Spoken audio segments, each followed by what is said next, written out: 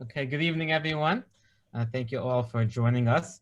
Hopefully, you're all in the warmth of your home as we await this upcoming storm that they are predicting here in New York. It's wonderful to spend the evening with all of you. Tonight, we have the privilege to hear from Bellanca Smigel Rutter. And Bellanca and her husband, Mitch, are members and dear friends of the Fifth Avenue Synagogue. We are so lucky to have them as part of our community. They are truly a wonderful family. Each and every year, the family sponsors the Fifth Avenue Synagogue holiday sukkah to honor the memory of Bellanca and Robert's father, Lucia's husband, Dr. Smigel, a wonderful man. It's so beautiful to see how important it is to the family to honor their loved one's memory, take it very seriously, and it really is quite touching to see their commitment to their family members. Bellanca is a highly talented woman. She is the president of Super Smile, a tooth care business that was started by the family. She is involved in Broadway plays, which we will hear about tonight. She and Mitch care for three wonderful young boys. And in general, Bellanca is just a wonderful person, great personality, and wonderful smile. We know where that comes from. And it's great to have her as part of the community. To formally introduce Bellanca this evening will be her brother, Robert Smigel. A few weeks ago, Bellanca introduced Robert, and now Robert has an opportunity to have his revenge against Bellanca. And Robert is an actor, a comedian, a writer, a director, a producer. He has a lot to be proud of in his life, but as Jacob mentioned before, there's nothing that makes him more proud than his family. And he does, please God, with God's help, have the opportunity to celebrate the bar mitzvah this week of his twin boys, which we're very excited about. I want to only wish you, Robert, Bellanca, Lucia, and the entire family only joy and happiness and many, many years of celebration in good health. Robert? Thank you. Are you okay, Bellanca? Nervous or no? Yes. Wanted to tell her not to be too nervous because they just had Alan Dershowitz on, so they lowered the bar. So there's no way people aren't going to like you more.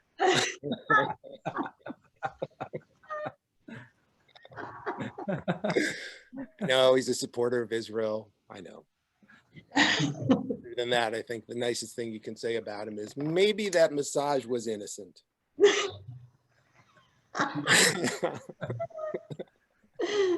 So that was last week, and now we've got Bellanca. So there's no way that you can't charm this audience more, except that it says Robert Smigel on your box, which I don't know if that could be corrected. I don't know, That but seems yeah, I had nothing to do with that. I think they'll know. Huh? I think they'll know. Okay, good. Yeah, I hope. Yeah, this is, we don't look alike, unfortunately for me. Her speech. She introduced me a few weeks ago, and I thought it was very nice. A little long, little indulgent. I'm going to try to be shorter. But she was very nice. She was very self-deprecating. The whole thing about, oh, he has all the whatever.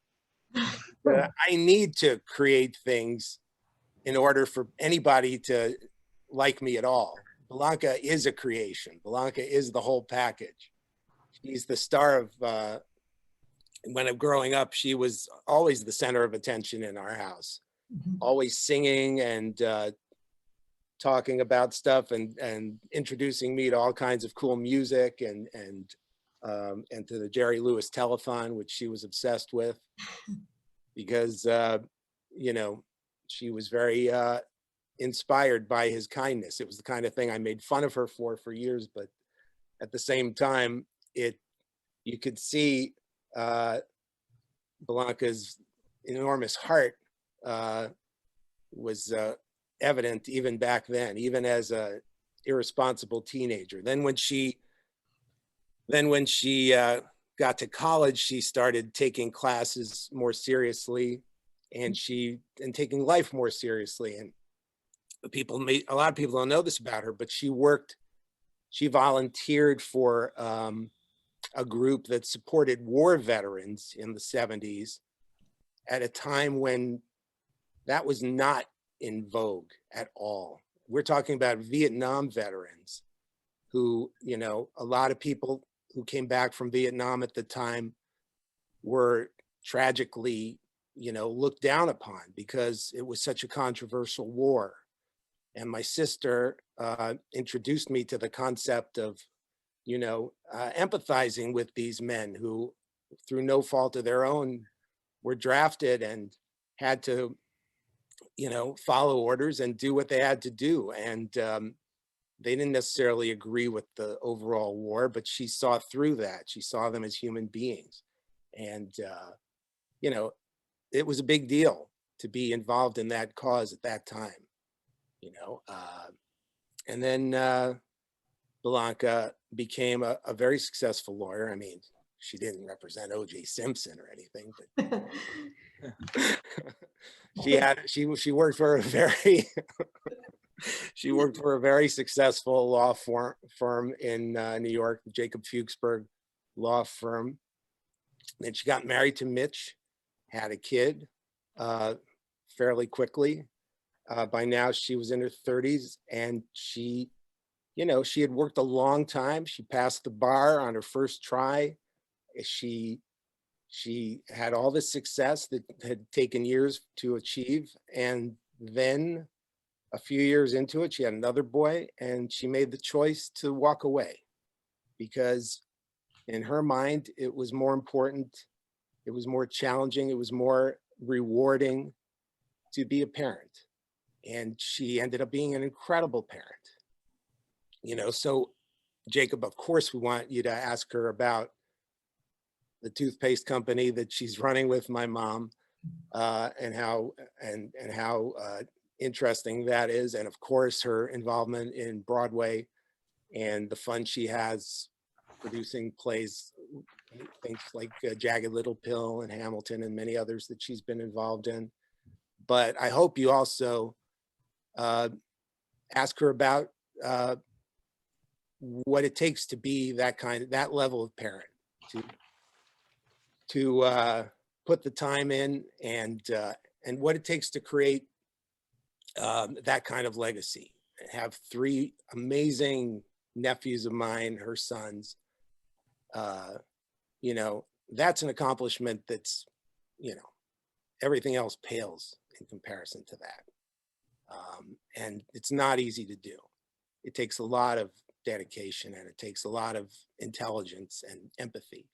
So I hope you take the time to talk about that aspect of Bellanca, because it's very special. Finally, I'm personally very grateful to her, not only for just being incredibly supportive to me all these years, and she outlined when she introduced me how supportive, at least from my vantage point, she was when she, when I was starting out in show business, and how she was so, excited about it, and came to a lot of the shows and parties, and they loved her. And she could have worked at Saturday Night Live. They wanted her to work in the talent department because she was so magnetic and fun for everybody to talk to. And not to mention, several coworkers of mine had crushes on her, but that's beside the point. But Mitch beat him out. That's a given. So, oh man, I lost track. Yes. Crushes on me. No, that was the sidetrack. I was talking about how you were supportive when I was starting out, and well, I've said enough. My mind's going to be longer and more indulgent than Bellanca's in another minute or two. So, oh no, I wanted to talk about, just at the very end, just I'm also very lucky that the way she's been able to, I live in New Jersey, and I'm under a lot of pressure to make money and work all the time. And when my dad was sick, not just in recent years, but in the 90s, the first time he got to Bellanca, Bellanca just dropped everything and made it, you know, obviously it's a privilege to be able to take care of your parents. And it's Bellanca doesn't take any, you know, pride in it. It's something that, you know, you're supposed to do, but not everybody pulls it off to that extent. So I'm grateful to her for that as well. And that's it. I've said plenty. I love you. Have a good time. I'm going to turn off. You. No, stay. You got Thank it. you, Robert. No That was problem. great. Thanks. Thank you so much. Robert, you're Okay. more than welcome to stay. I'm staying. I'm just going to close my window. Okay. So Bellanca, thank you so much for your time this evening. If we can start like we started with Robert, if you could tell us a little bit about how your father, your family ended up at Fifth Avenue, so I can compare notes, Robert's story and your story. But give us a little background on how Fifth Avenue Synagogue and the Smigel Rutter family, please. So we were on the west side. We grew up for like 12 years or so on the west side. And then my family moved to 72nd and between Park and Lex. And that's when they were looking for a synagogue.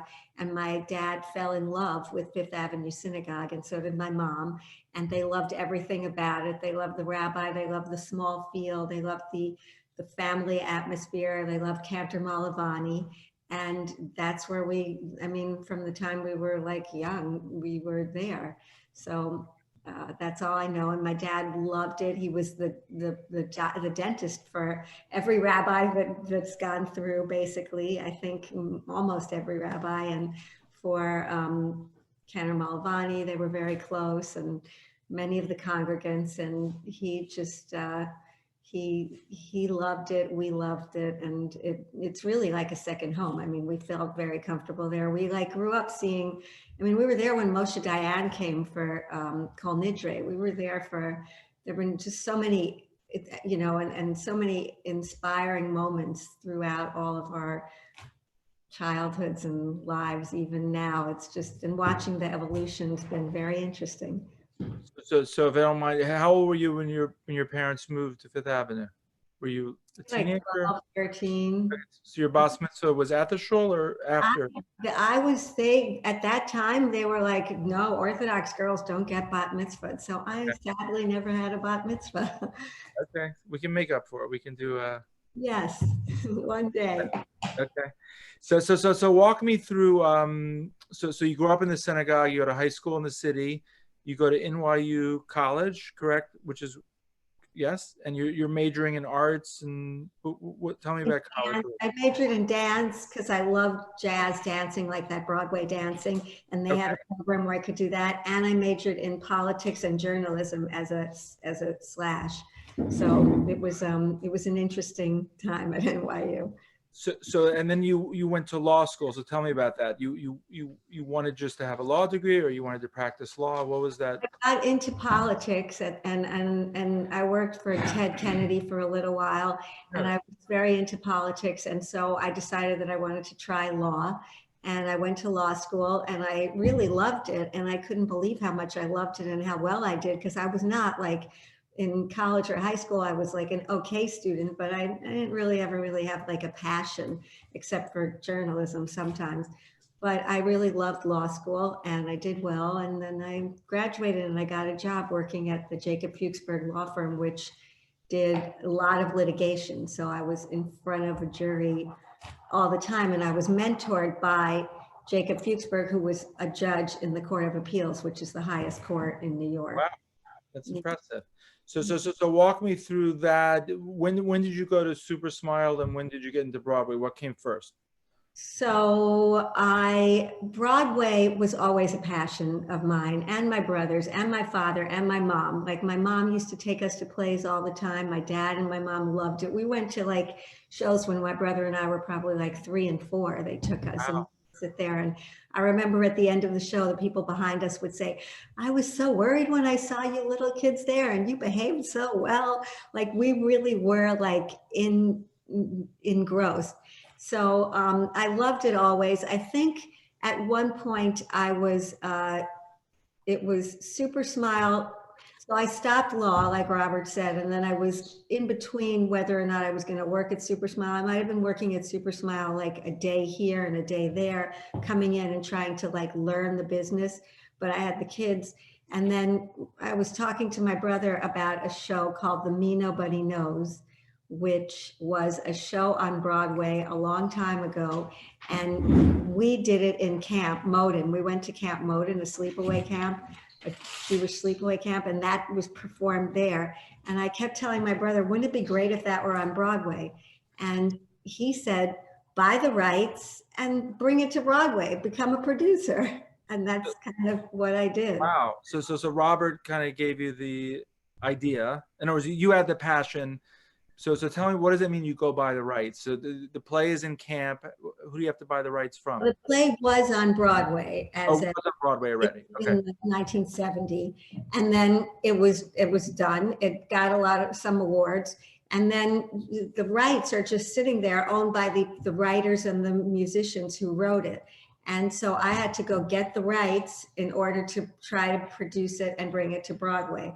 So it was a big failure of mine because it still hasn't come to Broadway, and we had a lot of issues. But for like 5-6 years, we were working on bringing it to Broadway, and that's when, during that time, is when I got involved in all the other shows. But it's I would call it a failure because Well, it's not over yet. didn't get it to Broadway yet. You still have time. But I assume your legal degree helped you buy the rights. You understood what that meant and how to do that process, right? I mean, I understood what that meant. I was kind of like relying on the kindness of strangers and friends and people who were in the field. And Mitch gave me some legal ideas, and I have friends who are producers, and everybody would just give me ideas, and then I figured out how to actually get the rights.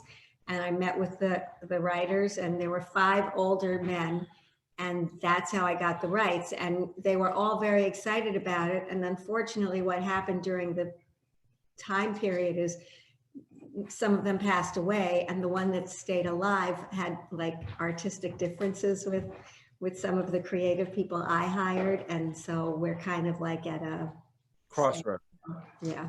Okay. Beautiful show. And one day, hopefully, it will come to Broadway. Okay. So before we jump to Broadway, which is, talk a little bit about your dad, who we all knew, and Super Smile. Give us a little background if you can.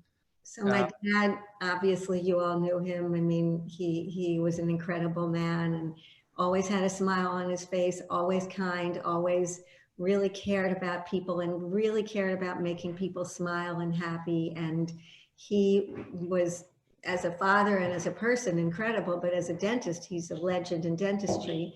And he had all these famous patients, and for those patients, he made a toothpaste that would keep the teeth that he made white at home. And then he decided that he wanted to make sure that everybody in the world was able to have it. So that's how Super Smile was born, because he did it in a way where he discovered, he and my mom's the CEO of the company, they found this ingredient that no other toothpaste has that kind of gently removes the stains without any abrasivity. So that's how Super Smile was born. And that was my dad's baby and my mom's baby. And they worked very hard. And, you know, it's now my mom and I run the company together. So can you buy Super Smile anywhere? Where can I buy it if I want to buy it? You can buy it on Amazon. You can buy it on Amazon. You can buy it at Sittimer. You can buy it at lots of pharmacies all over. Neiman Marcus. I mean, it's Ulta, lots of places. Okay, and this year during COVID, like you've been working remotely. How's that? I mean, has it hurt your business, COVID, or does it make a difference? Well, I mean, so the thing is, my mom is living here with us. We're all living together in the house, and my kids, and back and forth. And so my mom and I are working here remotely, and it's honestly, I feel like we're working more hours now than we ever did. And because Super Smile, because toothpaste is a necessity, we can't complain. It's doing well. Okay, Baruch Hashem, that's great. That's So what I'm- so let's turn to Broadway. So your brother Robert, who's extremely charismatic, and gave you great advice to go buy the rights for the show. So unfortunately, that hasn't really worked out the way you wanted it to up to now. So that was phase A. It might, you never know, but I mean, I had a great team and a great, I had Tay Diggs, the actor Tay Diggs was my choreographer. I had Wow. the musical director from Wicked and Jagged Little Pill was my musical director. I had a beautiful, like a dream team, but they're all still available. So we might all get back together again one of these Okay. days. But you've done a lot more. So tell me the next thing you did on Broadway after that. So during the time I was trying to bring that show to Broadway, I met a lot of other producers who were also coming in to help me. And through them, I decided to learn like how to do it so that when that happened, I would really know what I was doing. So the first show I actually produced was Macbeth, which was a one-man show with Alan Cumming, the actor Alan Cumming. I don't know if you know him, but he did every role in Macbeth, and it was a very avant-garde show, and it did really well. And it was like a very new thing on Broadway because Macbeth is, there's a whole cast of characters and he played everyone. And it was a fascinating show to be on. And it was great. I mean, my kids came to all the shows and they came to all the rehearsals. You really learn Shakespeare by watching a one-man show. So that was the first one I did. And then so what year was Macbeth? Give me some background, so people understand when you started working on it, the process. I think Macbeth was like in 2000 and I'm trying to remember 12 or 13. Okay, so it's pretty recent. And how long did it take you from A to Z? Like how long does it take to put a show together? Is it a 2-year process? Is it a So that one was a fast one because it's a one-man show. There was not really much of a set. There's no music. It was just there. So that was fast. That was like, he wanted to do it. The theater owners wanted it in the theater. Everybody, it just like, everything just worked out. It sounds everything like worked out. All the forces joined together and it worked. So that was easy and fast. But, other shows, Hamilton, for example, took years to get from where it was to Broadway. And so walk me through Hamilton. So because people were asking this week about Hamilton. Hamilton was a very popular show. yes, Our friend Ira Littman loved it. I think you got him tickets and the family, etc. So tell me the process of Hamilton. What year did you start on that? he must have sent, I don't know, probably 20, 30, 40 people to Hamilton, at least for me. Easy. He And they loved- had to be in the front row also. They had to have the best seats, yes. Exactly. So Hamilton, I was just an investor in Hamilton. I wasn't a producer. I was lucky to be an investor. That show, I was invited by one of the producers that I met through working on my other shows to come to a reading. That's how shows get made. There's like a reading where you just sit there with paper and no costumes, nothing. There's an orchestra and you read and they sing. And in the middle of that reading, there was an intermission and I was like, I have to be involved in this show. And I saw one of the producers in the ladies' room and I was like on the line and I was like, I have to be involved in this. You have to let me in this. This has to be. And she was like, you haven't even seen the end. And I said, I want to come back. I want to see this again. And she's like, well, you can come back tomorrow. We're doing one more reading just for family of the cast, but you can come back if you want. And I did. And I just did it because I loved it so much and because I wanted them to know how much I wanted to be involved. So what did you love so much, Hamilton? What really got you so excited? I thought it was so ingenious. I thought the whole idea, the concept of the show, the concept of bringing Alexander Hamilton and George Washington, and they're all different races, and it doesn't matter, and the rap music, but also there was other non-rap music in it. I thought it just melded together so beautifully, and I thought this is something that And I'm not a history person, and I'm not into that so much. And I thought, if I love this so much, everybody's going to love this. And it was, I mean, I just had to be there. I was like, So you had very good intuition. There was that. something inspired you and you enjoyed it. And Yeah. it, you know, was one of the biggest hits. Is it still going to come back after COVID or?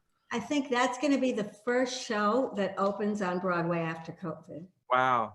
I think that might even open in the summer, you know, God willing, the vaccines, everybody gets vaccinated and people are healthier.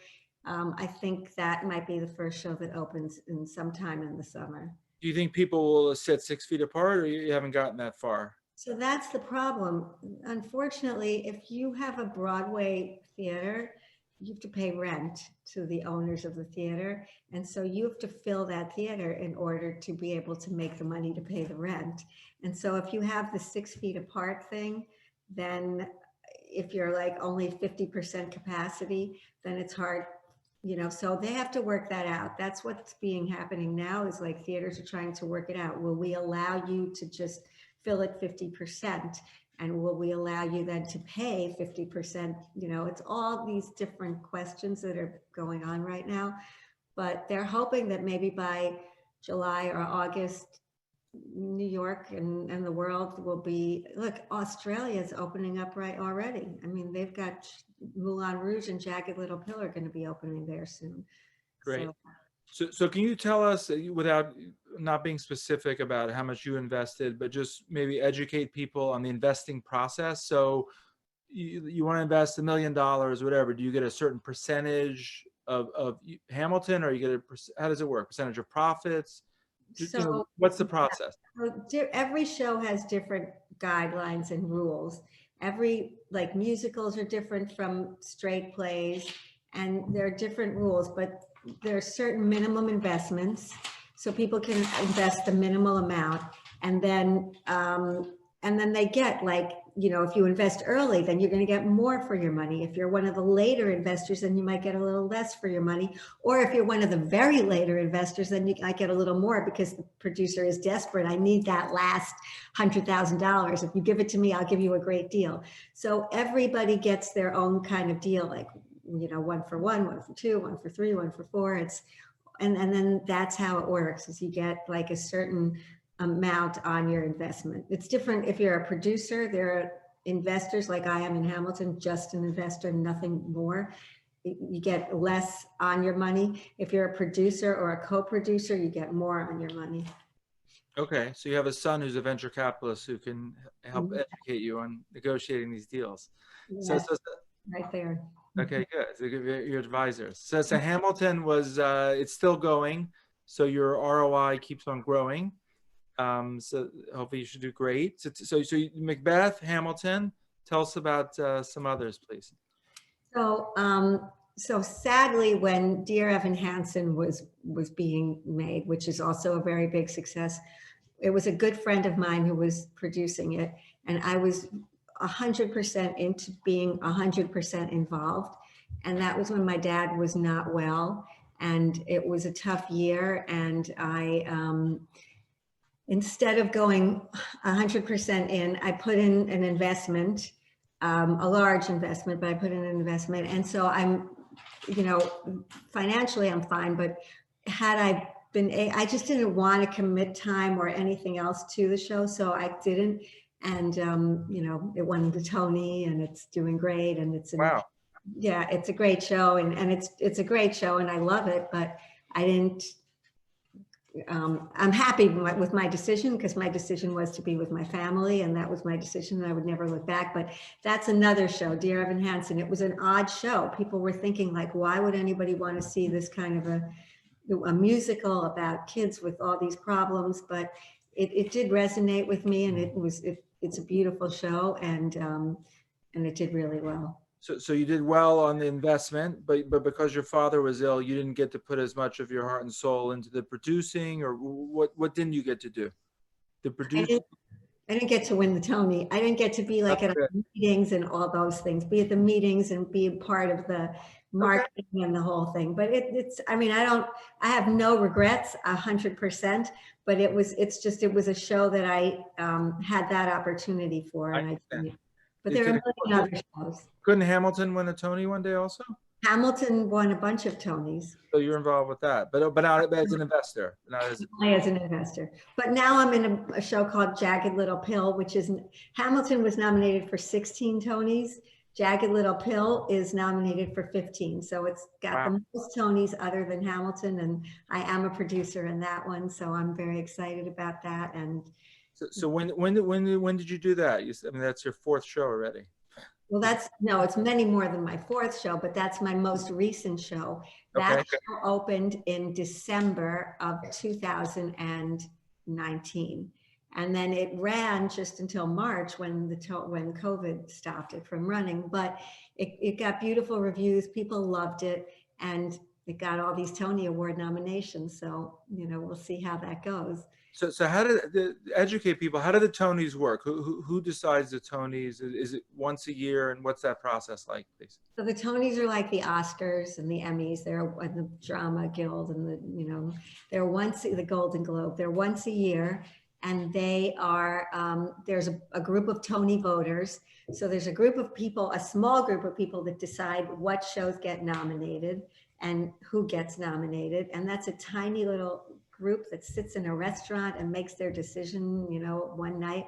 And then there's a big group of people who are Tony voters, who are producers and people who have tours all across the country. Those people are the voters, and that's who decides who won.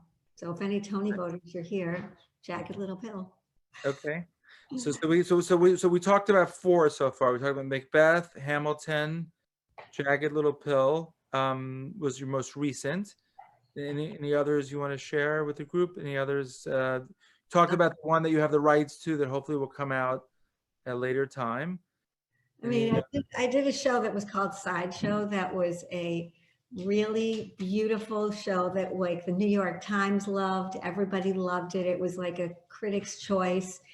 And it was a great show. It was directed by a very well-known director in films. He did, what movies did he do? The most recent Cinderella, but no, what was he? No, but he was famous for all the Twilight movies, I think. Okay. Anyway, he was a brilliant director. It was a brilliant show, but that was one of these shows that opened, and because nothing aligned, like everything, just nothing worked out right. Like it was a show that just couldn't get a break. Give me an example of not. We understand what the word mazel means, but give me in Broadway terms. What does it mean? It doesn't have a break. It means it snows opening night.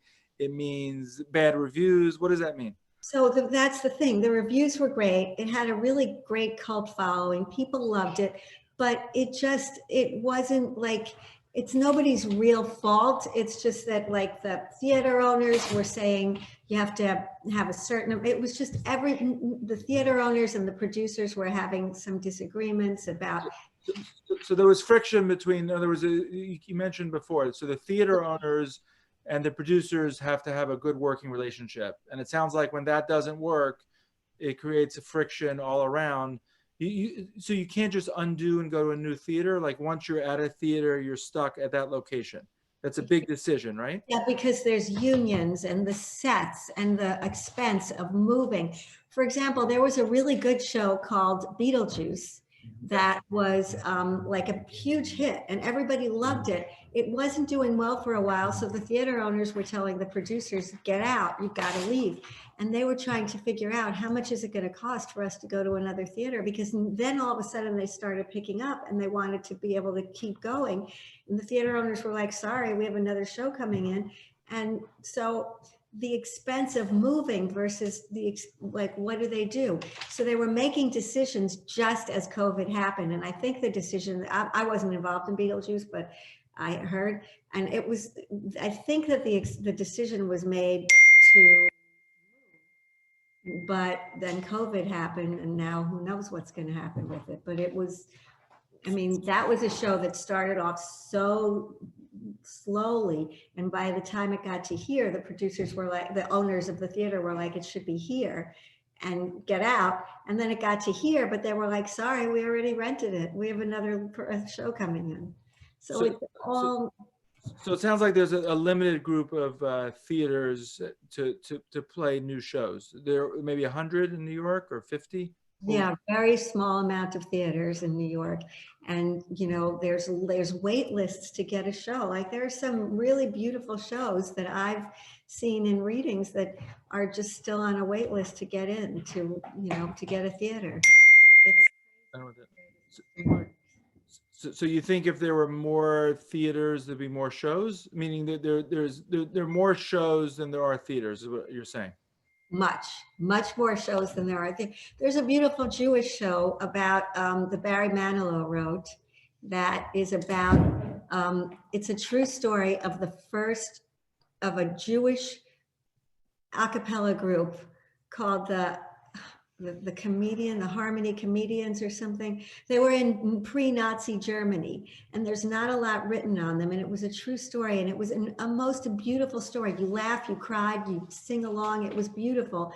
And that show is kind of just, you know, sitting there because it's not easy to get a theater. And even though it's got Barry Manilow's name, and it was a really beautiful production because it showed how these four guys, two Jews, two Gentiles, made this group out of nothing, and they were singing in the subways in pre-Nazi Germany, and then they were ending up singing in the opera houses, and they were like made movies about them, and it was this amazing group.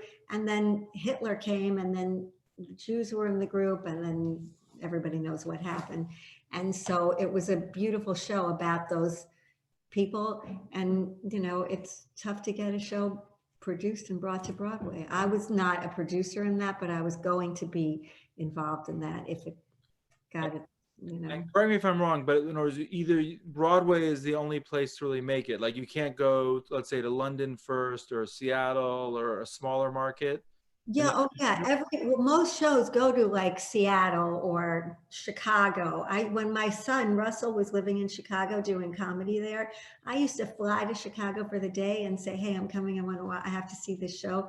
You want to meet me?" And sometimes he would, sometimes he wouldn't, and we'd see shows that were trying out in Chicago before they came to Broadway. So yeah, a lot of shows do that, and then they get reviewed by the Chicago papers or Seattle papers, or Dear Evan Hansen started in Washington, D.C. Different shows start in different places, and they get reviewed, and then you learn from the reviews, and then Broadway owners of theaters see the reviews, and they're like, this looks good. Yes, maybe I will jump this one ahead of the line. So, for example, Hamilton was shown first where? New York or somewhere else? So Hamilton was a different story because once those readings came out, the buzz about Hamilton was so great. So that went to the Public Theater in New York City, which is an off-Broadway show.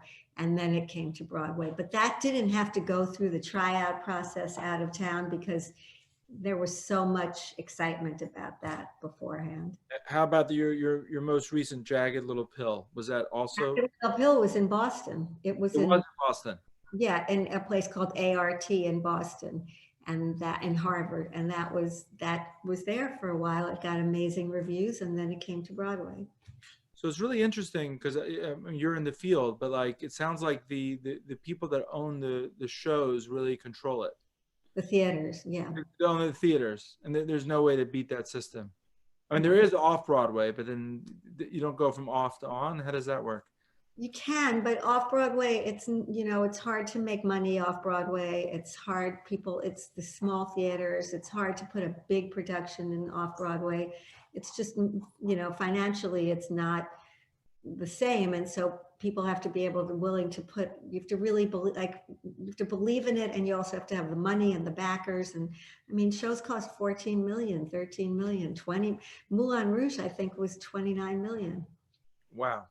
Wow. Yeah. So these are huge numbers. And how long does it take for a show to make their money back? I'm sure it's 3 to 5 years, or I mean, it doesn't usually happen in a year or two, correct? It depends on each show. Some shows, you know, can happen in a year if they're straight. Really? Yeah, I mean, look, I did a show called Oh Hello, which was a comedy show with two very funny comedians, John Mulaney and Nick Kroll. It was just a two-man show. No one thought that would do well. It was a crazy show, but my sons loved it off Broadway. It was off Broadway, and they were obsessed with it. So I got involved in that show. I was a co-producer of that show, and and it was a limited run. and it crazily made all its money back and more, like in just a short period of time, because it was just, it got this crazy cult following and people loved it. So it seems like, you know, you've cultivated the right relationships where you really get exposure to these shows that no one else gets. So it sounds like there's almost no show in New York that you can't get access to make a decision to invest. Is that correct? Meaning you seem very well connected. I mean, it's a small community and there are a lot of people in the community, but I have a lot of nice friends in the community, a lot of people that are much smarter than me, that are much more experienced than I am, that have brought me in and, you know, let me work with them and let me see their shows with them. And so I have been very fortunate. And, but yeah, there's like within that small community, you see the same people at all the different readings. So you're sitting at a reading and you see all the people that you know, and everybody makes their decision. So, yeah. So once you're in, you're in. So it's a group of, let's say, 100 people. Would you say roughly? Or maybe 200. Yeah. So and they get first dibs at seeing all these new creative shows. Yes. And how does it work? Everyone can invest what they want to, or you have to? Yeah, like for most shows, you can decide that you want to invest a certain amount. You can bring in, a lot of people bring in like a whole group and put in a huge amount.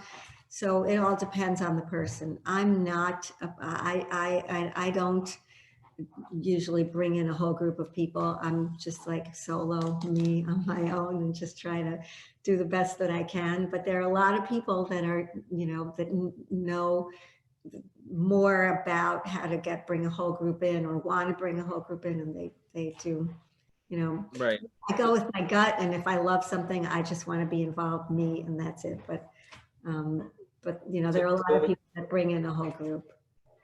So I mean, it sounds like a labor of love. You love it, but you know, it's sort of like a hobby, but you've turned it into a profession. Meaning you have a knack for finding something good. You get input from your kids, you know, friends and family. You've had good models with it, and so Broadway stopped. It's been about a year, right? It stopped March last year, give or take. March 15th, 16th, somewhere around there was with the last show, and it was supposed to be closed originally. They said 2 weeks, and it was 2 months. Then we're going to open in June, and then it just, you know, never happened yet. Right. So on a normal week, when post-COVID, how many, like, can you go every day to see a new potential show? I mean, you're running a business also, but it sounds like there are enough opportunities out there, right? So if you hear of you know, 4 new shows coming next week, you'll try to go to all 4. Yeah, if they look interesting, like you get these invitations to different readings, and if they look interesting, and sometimes Russell, who's in the business and he's a writer, sometimes I'll like forward it to him and say, does this look interesting to you? And then if he says yes, then sometimes I'll be like, I'll go. Sometimes, you know, it depends. There's so many variables, and it's also a question of time. And if I'm in Super Smile and my mom is in the office and I say I have to go to a reading and she says, no, then I can't. Got it. But you like to go to the readings, helps you determine if you should invest or not. Like you don't want to invest just based on reading a script. You like to go to the readings. You want to see the actors, the producers. You probably also want to know which theater they're being shown in, so there's that friction's not there. Yeah, you want to like a lot of variables. Yeah, you want to like, and I love to see like how it feels, like how it makes me feel. Like there are a lot of shows that I have loved that I would have been a part of had they been able to go further, but you know, one thing or another stopped them. So, but yeah, if I love it, but sometimes I would go to a show and Russell or Aaron, one of my kids, or even Eric would like look at me and like be, Mom, no. And then I would realize like, I guess not. And so far, other than one show, they've been right. Okay, that's great. So tell. It's hard to understand the difference between being an investor. I understand you're an investor. A co-producer means you have input into the actors. Walk us through tell us about being a co-producer. Explain that.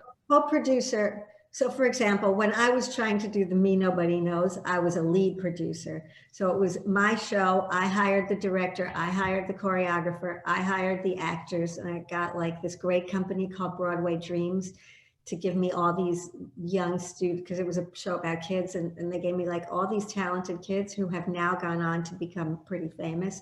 But anyway, so that's the lead producer's job, like the cheerleader and the person who brings everyone together and the fundraiser. The co-producer is the person who gives funds, and then you get a seat at the table and you get to talk about, well, I don't think this scene is going over that well, and I think we should market it better this way, and I think, and you tell the lead producers. So the lead producers can either give you a big seat at the table and have you, there've been shows where when I've been really been able to give tremendous amount of input. And then there are shows when some lead producers are like, I got this, and the co-producers are more, sitting by the sidelines and not doing as much. You always are at the table and you always have some say, but it depends on the lead producer how much say you actually have. So I assume every show is different, but do you have a preference being a lead producer or a co-producer, or different shows you want to have different roles? Well, it's more fun, obviously, to be a lead producer, because then you're in charge and you get like, you're always there and you have access to everything, and it's like your baby. But being a co-producer is a lot of fun depending on who your lead producer is, because some shows you're just immersed in it, and you get to, you go to all the tech rehearsals, and you go to all when the orchestra learns how to play, that's called the sitz probe, you go to all that. It's like fun. You get to get all the fun perks anyway. So, but I assume the lead producer has to raise all the funds. Yes. And that's got to be a big responsibility. That's as opposed to the co-producer can sort of be like the chairman on the sidelines and sort of give in, but not have let's call it the liability. Right? Exactly. Yeah. You still have the liability because you're going to win or lose, and you're going to lose your money or other people's money that you're bringing in, but as a co-producer, but yeah, it's much easier, and it's much less time consuming. So being a co-producer is much more what I've been doing because of my time, and also, because the lead producer thing hasn't really come to fruition with that one show I was talking about. But the lead producer probably has more financial upside, or not necessarily. Oh yeah, the lead producer definitely has more financial upside. The lead producer determines what the co-producers make. The lead producer determines what the lead producer makes too. So not in other words, all of this, it's not a transparent market. Meaning it's basically, these are private enterprises, private deals, private relationships. This is not something that's understood by people not like yourself that have the edge, correct? Correct. Okay. No, it's nice because it's its own little world, as opposed to with technology, a lot of things have become more transparent, like stock trading has changed, or real estate, other industries has been affected by technology, but this is really the same way it's been run 50 years ago. It hasn't really changed. And you think that's good, that you think that very astute of you. Yes, it's exactly like it's been run 50 years ago. It's its own little world, and it works, like that's the thing. It works. People are happy. There's really no complaints. When a show does well, everybody's a winner. Everybody's a hero. Everybody loves it. And when a show doesn't do well, you're really all in the same boat together anyway, just different levels of the boat, but you're still all in the same boat. So it works. Interesting. And would you say, if like, how many Broadway shows on a normal year come out in New York, if you had to guess? Say 30, 50 in a normal year, give or take? I guess all shows all together, like musicals, dramas, probably like 30, 40, 50. And out of those, what percentage are successful? Or like 80% of them successful? Some are usually successful, but I'm trying to understand a risk reward if you're investing. Is it 20% sale? What you listen to. Like if you listen to, like when I started out, all these producers would say to me, you're going to lose. Every show you go in, you're going to lose. and 80% you lose, and maybe 20% you win, and maybe you win a little bit, maybe this, but no, you're not going to make it big. That's what, you know, and there's a saying, someone said I forgot the saying, so I'm not going to repeat it because Okay. but it's like about that. It's like saying, like, you're not going to, this isn't your career. Like, I forgot what it was. Like, you're not going to make your money on Broadway. But I don't really, that's what I was told, and that's what everybody will tell you. But I feel like if you get in there and you work hard and you get the right shows, you know, you can do really well. I mean, look at Hamilton. That's going to run for I don't know, maybe 10. Look at the show Wicked. I mean, that's still running, or Jersey Boys. People put in $10,000 and made millions. Like, you just need to, you know, it's being in the right show at the right time, but it's not, I don't think it's that unusual. I've lost a lot, but I just, you know, I pay attention to the ones that did well. Right.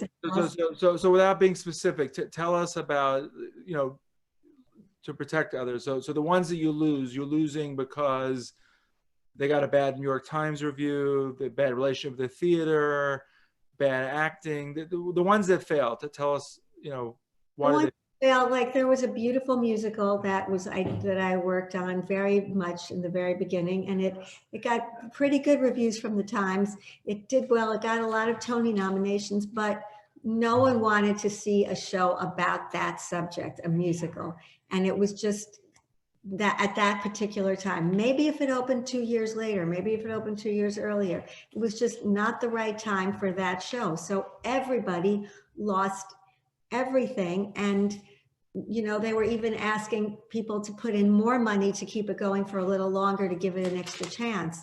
So, you know, that's what they do sometimes on Broadway. So it sounds like, I mean, there's so much mazel involved, because you could have a great show, yeah, but it could be at a bad time and people just aren't interested in that topic. Right. You know, and had it been shown 2 years later or 2 years earlier, it would have been super successful. So it's not only finding a good show, it's finding a good show, finding a good theater, and picking the right time to bring it. Right. And it's also, like, they call it the landscape. They say making sure the landscape works for you, because maybe there's going to be 2 other musicals that are similar to yours or just as good or better in that same year. Then your show might get lost. Whereas if you wait a year, then your show might, like, rise to the top. So So you have to look at the competition. You have to look at what else is out there. That's fascinating. Yeah. So you could literally go, have there been readings during COVID, or have you been involved, or what's it like the last 9 months? Are people talking to each other? Yeah, I mean, look, there are a lot of friends of mine who are, you know, they're talking about shows that they want to bring back. I mean, I was involved in some shows that are still in that we're still, one show that's going to open in Berkeley, California. It was supposed to open in June, this past 2020. Now they're saying hopefully June 2021 to try it out. Like, they're working on it. People are working on it. It's an interesting show. That's a show my kids told me I have to do. We'll see what happens when it comes out, but we'll see. But, like, and then I have a lot of friends who are sending information and sending music and sending scripts and, like, talking about, what do you think of this? What do you think of that? And it's happening. People are still trying. I mean, but it's a sad time for all the actors and the musicians and the people that are just not working right now. So you go to the readings, but the truth is somebody could have worked on that show for 10 years or 5 years before you saw that reading, right? Meaning there's a lot more time that goes into it, right? Yeah.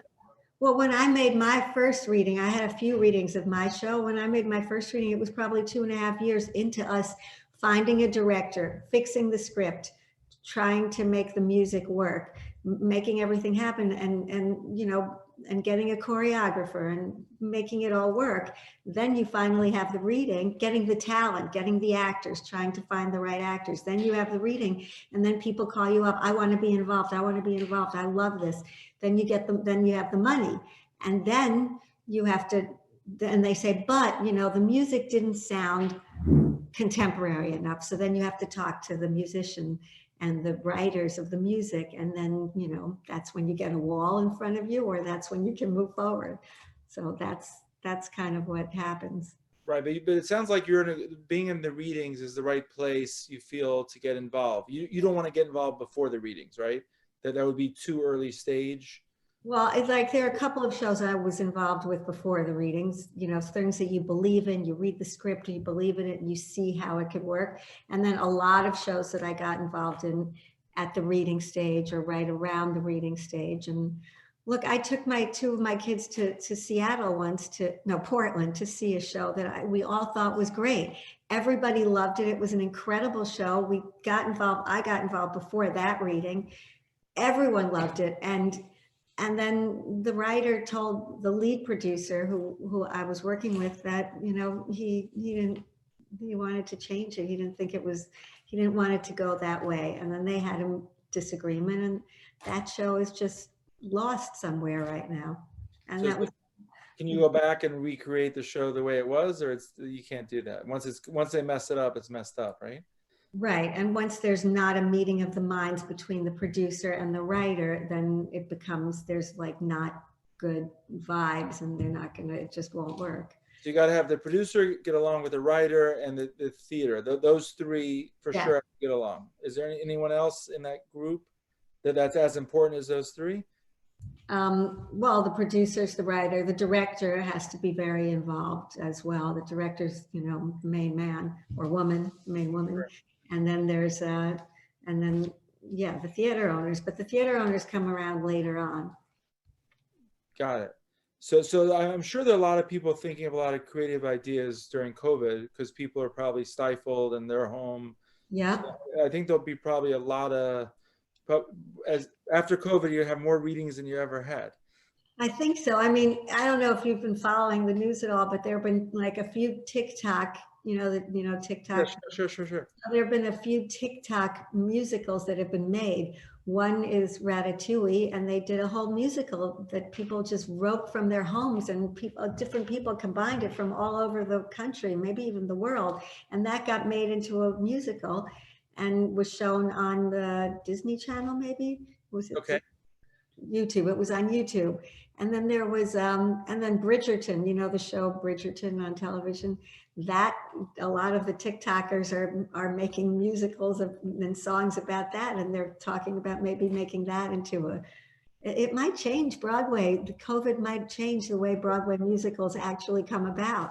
Yeah, that's where I was going, because a lot of industries are changing because of COVID. So your industry, even though you were saying earlier that you think it's great the way everything works with the readings, but you know, through COVID, you just mentioned two that came out unconventionally, right? That wouldn't have been, if it wasn't for COVID, that wouldn't have happened, correct? No way, no. I mean, people are at home on TikTok and they're writing and singing songs about Ratatouille, and one person did it and then somebody else saw it, and then a choreographer came in and saw it, and then they all got together, and then somehow a beautiful musical was made. I mean, and it was on YouTube, and it even got reviewed by the New York Times. Like, it's. So you're open to maybe things coming out in different ways. It doesn't have to come out the way traditionally it has come out from your perspective. No, totally not. I mean, I still think that, look, even the theater owners, there's a group of theater owners from this group, Jujamson, and they own they have Book of Mormon, Hadestown, a lot of shows that are big shows. They've decided they're no longer working with Ticketmaster from COVID on, from now on. They cut Ticketmaster out, and they're only going to work with a company called SeatGeek, which is a big step in for Broadway. And it was just announced. Why would that? I'm just because Ticketmaster takes too much away from them. Yep. It takes so much money, so many fees. I don't know if you've ever bought a ticket on Ticketmaster, but yes, I have. Yeah, a lot of fees. So here they're going straight, they're just cut them out. I mean, it's the first time ever that Broadway's ever not, done something like that. That's kind of creative. Yeah. Shake things up a little bit. Yep. So that sounds really exciting. So do you and Robert, besides his advice to you early on to buy the rights, we spent time with him about his field, but you guys don't really besides brother and sister and being family, Broadway doesn't mix with TV, right? No, it does. First of all, he gives me advice on a lot of shows. Like I'll tell him different shows, like this show is coming to Broadway. I have a chance to be involved in this. What do you think? And there was a show called Sylvia about a woman who plays a dog, whatever. It was an interesting show. He loved it. I became a part of it because he really loved it. And he also, I mean, Robert's a creative genius. He's got like 2 shows in his mind that could be great Broadway shows, and a million people are asking me all the time, but Robert's busy, get him to give me that show, get him to write this show, get him to do that. So he has 2 really brilliant Broadway musicals that are in his mind that one day, maybe on Broadway. So it'll be I'm not going to say the name, but a Robert Smigel musical. So hopefully you guys will collaborate together on that. Yes. So what's amazing, and Robert mentioned in the introduction, but so the law practice, you've stepped away. I'm sure you still sign documents for your investments in Broadway shows, so that you still use your legal experience, but you're able to balance Super Smile with Broadway. You mentioned sometimes your mom, you can't just jump out whenever you want. Yes. And then you got 3 outstanding boys and an outstanding husband. Yes. So it's a lot to balance, but you're able to do it all. That's incredible. I don't know about that. I do it all, but I don't know about doing it all well. But yes, I try. And all the boys give you input. You said you kind of bounce ideas off the boys, off different All shows. creative in their own ways. Like my middle son is creative in his field, but he sees things and he's like, Mom, you've got to do that. That's incredible. My older son is a writer and he really looks at the whole big picture, and he's very able to analyze things, and he reads scripts for me sometimes. He read a script called American Son that I ended up doing, and he was riveted, and then I read it and we were both riveted, and that did very well on Broadway. And then my younger son, he's come to readings and he looks at things from a whole different way, at like a Gen Z or whatever he is way. So they're all very helpful in their own way. So you can bring them into any reading that you're going to. You can bring your husband, your kids, etc., or your brother. I've never brought my husband, but I don't. He likes to see the show finished. He's not into seeing the raw thing. But my kids have all loved it. Okay, and is your mom gone with you also? My mom come with me to some of the shows that I was working on, but she hasn't come to readings because she's too busy. She will not. She's 24/8 Super Smile. Wow, that's amazing. That's just amazing. But so you were saying that in Australia that they're opening shows, and you think they're going to open there first? Yeah, I think Moulin Rouge is coming to Australia very soon, and Jagged Little Pill hopefully as well. So I think Australia seems right now, like with COVID, sadly, we don't know what's going to happen day to day, but right now, Australia seems like they've handled it pretty well. And if everyone gets vaccinated, I guess we'll be able to handle it well too here. So I was just curious, because have there been shows in Israel or from Israel? Have you done anything there, or what is there such a thing as a Broadway show in Israel, or doesn't even exist? It's funny because Israel's big with movies and big with television shows. There's so many great television shows that are coming out of Israel that I feel like some of them even could be made for Broadway. But I don't know. Like I told you about that show Harmony, and other than that, and then there was the show about the cantor. I forgot his name. That what's the guy's name that you do on Friday nights? Sometimes you do his. Oh, you agree? Kalbach. Karlbach. Yeah, there was a show about him. There was a show called The Band's Visit, which I was involved on, that was about Israel. And that was a very good show, and it was about Israel, and that was on Broadway, and that won the Tony for the best musical. And I was involved in that one as well. But shows coming out of Israel, I don't know. Well, I guess it's a different language also. It's a different language, yeah, but it works for television and movies. I don't know. All right, maybe we have to figure out a way to get some shows to Israel. Yeah, Israel's very creative. Israelis are very creative. So Yeah, but they haven't hit it. Broadway hasn't happened yet until you help them out.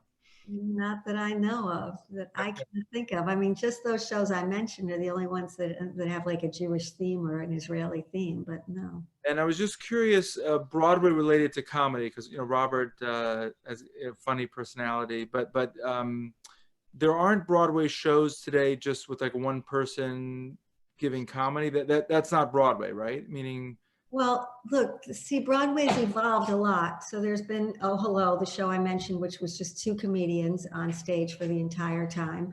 okay, Broadway, like even Bruce Springsteen, a one-man show, all Bruce Springsteen, all he did was talk to the audience and sing.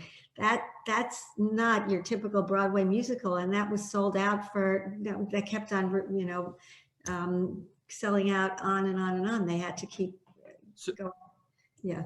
so go on. Broadway has different facets. Broadway doesn't mean 100 people jumping up and down or a musical. You could have a comedy with one or two people on Broadway, and I'm sure the cost for producing those is a lot less. The cost for producing a non-musical with few people is a lot less. Right. A lot less. It could be like 5 million, 6 million, 7 million versus 13, 14, 28, 29. Wow. And the numbers just keep on. Do you find the numbers are growing higher and higher, or definitely? Yeah, definitely. It's crazy, but there's unions and sets and actors and So talk about the unions before we end. So explain, because I understand what unions means in construction, because we're doing construction synagogue, but how does unions relate to Broadway? You have to hire union actors? What does that mean? yeah, the union actors, but I mean, even just like the unions to move the set in and then to move the set out. And then if they pick up a pair of glasses, you pay. If they pick up a bottle of water and move it, like there's just so many intricacies about that. And then they're there every night and they have to, set the set up. And the more elaborate the sets, the more money it costs and the more people you have to have. And then there's the musicians union and the actors union. And Wow. there's So a lot of bureaucracy. a lot of bureaucracy, yes. And you have the patience, thank God, to deal with that. So Bellanca, I really appreciate the hour. There are a couple comments, if it's okay. I'm going to check the chat if you have a minute or two. I'm going to invite the rabbi back and Robert in case they had any input and they wanted to anything we missed. Let me just look on the chat. Nissan Hershkowitz sends warm regards. That's not a question. And That's right. You can't make a living, but you can make a killing. Who wrote that? That's the quote I was trying to remember. That's Jennifer Friedland. That's the thank you. That was the quote I was trying to remember. Okay, I mean, how do books relate to Broadway shows? Because we had Alyssa Friedland, who's an author. So do a lot of books eventually become Broadway shows, or? Yeah, totally. That's like, you see a book, you read a book that you love, like Bridges of Madison County was a book. I mean, I guess it was a movie too, but yes, there's a lot of books that are written and that a producer will love or an actor will love and bring it to a producer and be like, this has to come to Broadway. I mean, there's loads of them that I've seen that I've loved. I mean, that's a big part of what comes to Broadway. And that's the whole essence of Broadway, is bringing these beautiful books and beautiful stories to Broadway that that's what it all is about. So Bellanca, outside of Fiddler on the Roof, which I think Fiddler on the Roof was a very successful Broadway show, right? It came, stopped. But have there been other, let's call it religious Jewish themed shows that have been successful over the years? Well, the Band's Visit was kind of. I mean, it did win the Tony for Best Show. And no, like the Rabbi Carl Bach show, unfortunately, did not do well. Right. I did have high hopes for the show Harmony, but who knows what's going to happen, after COVID with that one. I don't know. Fiddler keeps coming back though. So in Yiddish and English and all over the place, it does keep coming back. It was revived a couple of years ago, then Yiddish theater, then, but I don't know about any other Jewish So if your father was around, we could ask him about the Yiddish theater, but you were too young to know the Yiddish theater, right? But they used to have shows in Yiddish, correct? That's what I hear. I mean, I don't know. My husband takes his mother, who's 95, Wow. to not, not during COVID, obviously, but before, he used to take her to Yiddish theater, and she would love it. But I don't know. I know my mom loved the Fiddler in Yiddish. She went to see it, not with me, and she loved it. So, Okay, so let me check the chat. I think the Rabbi Babbage is here, and Robert. Let's just ask them if there's anything they want to ask. Bellanca, thank you so much for this glimpse into this world of yours. Truly fascinating and quite enlightening. thank you. Just a couple of questions before we conclude. Lisa, sends her regards, and she had a technical question. All the actors and the producers and the writers, how exactly are they surviving during this unfortunate COVID reality? Leave it to your wife to have such a great question. Yes, it's very hard. It's really sad and really hard because, they don't know what's coming next. Every show is trying to give them different opportunities to do things like Jagged Little Pill. We did a concert and people bought tickets for it, and it was like a Zoom concert, and it sold 20,000 tickets and the money went to the actors. We try. Everybody tries to do different things to help the actors out. They're trying, some of them do things on Instagram, the musicians, but it's very hard, and there's no good answer because, this is something that no one expected to happen and no one knew how long it was going to take. And I mean, my heart goes out to them every single day. There's a lot of opportunities, not a lot, there's a few opportunities for a lot of people, and they're trying. Some of them are trying. Some television shows are working out, and some movies are starting to do things, so they're getting parts here and there, but it's very difficult.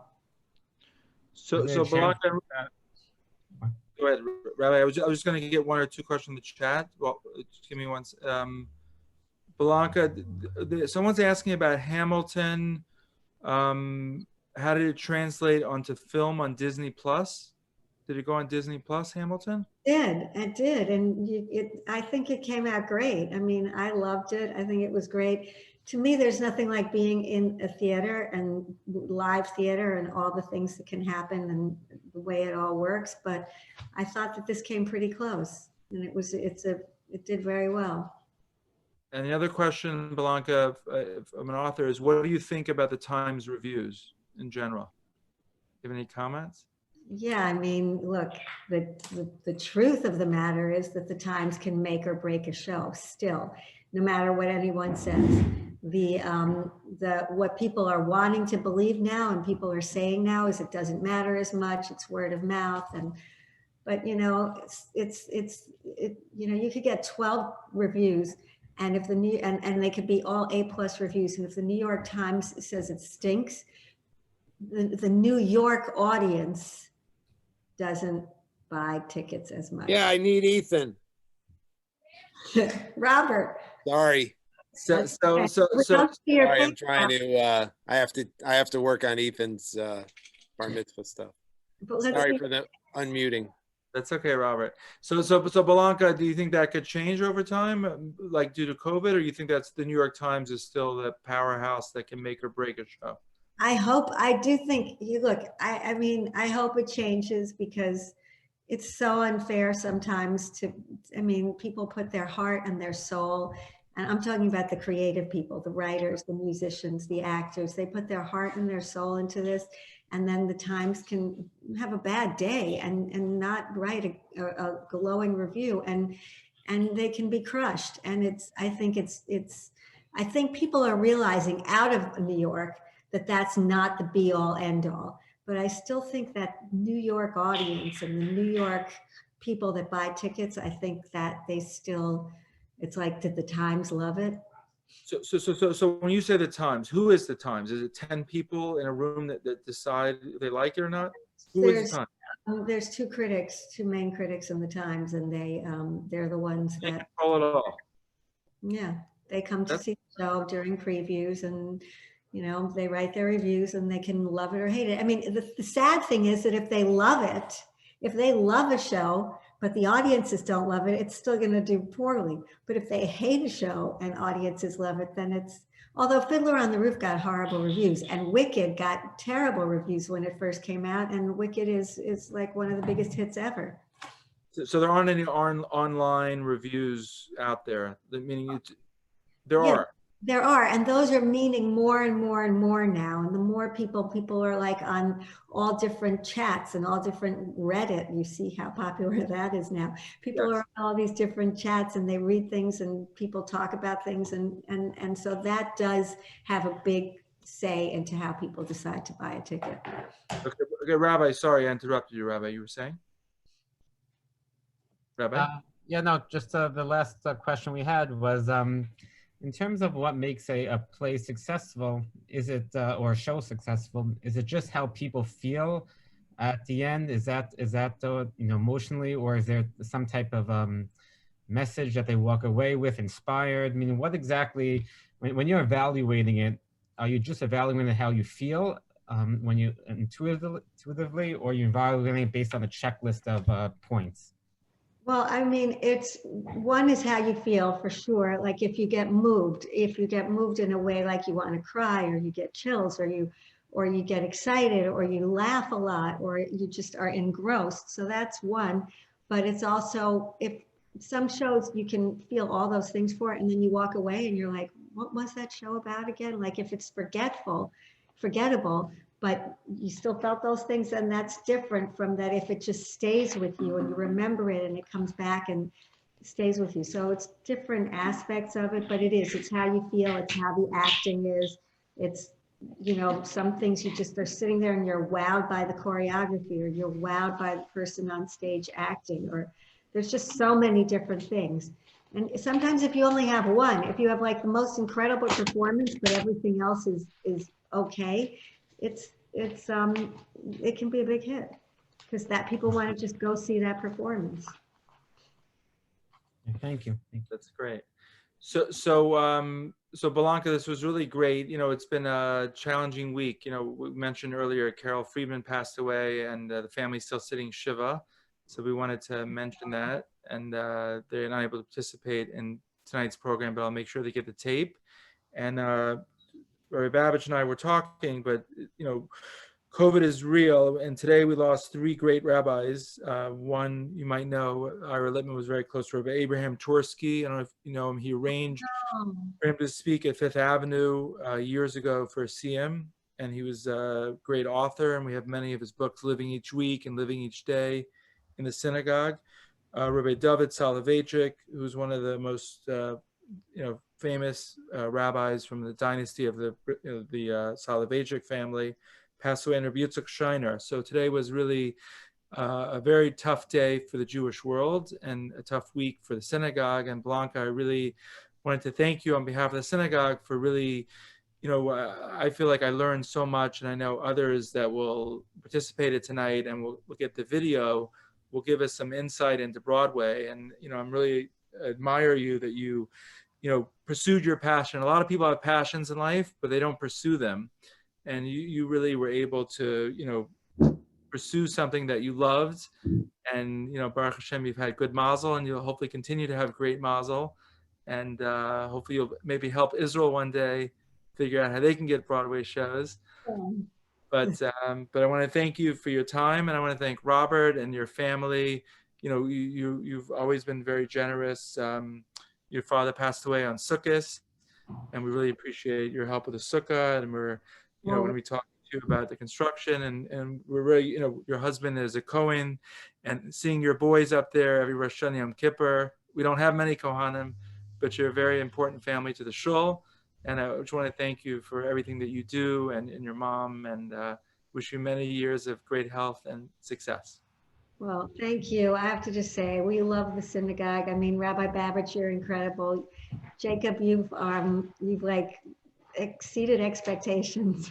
You're really doing an amazing job. And of course, Cantor Malavani, there's nobody like him on earth. So it's a beautiful trifecta right there. All right, Baruch Hashem. Hopefully we'll continue, and I hope to see you in shul after everyone gets vaccinated with God's help. God willing, yes. Okay, have a great evening. We'll talk during the week. Thank you, Rabbi. Thank you, Bellanca. Thank you. You all very much. Good Thank night. you. Thank you.